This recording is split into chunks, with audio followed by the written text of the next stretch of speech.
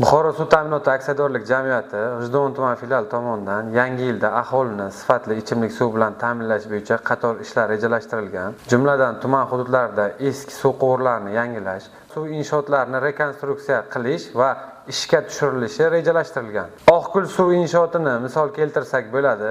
IBR dasturi orqali qo'yilganda hozirda ishlar jadal ketyapti. Shuningdek, prezidentimizning oxirgi yig'ilishlardan so'ng, xalqimizga murojaatlardan so'ng, G'ijduvon tumanida og'ir hududlardan birini tanlab olib, mahalliy byudjet mablag'laridan G'ishti mefeyi Arablar eli qishlog'ini 2800 metr markaziy ichimlik suv quvuriga ulash-turbalashtirish rejalashtirildi. Shuningdek, suv ta'minotida uzilishlarni oldini olish, suv yo'qotishlarni kamaytirish hamda raqamli hisoblagichlar joriy etish orqali nazoratni kuchaytirishga aholida e'tibor qaratilmoqda. Aholi murojaatlari bilan ishlash va xizmat ko'rsatish sifatini oshirish suv ta'minotining asosiy vazifalaridan biri bo'lib qoladi. E'tiboringiz uchun rahmat.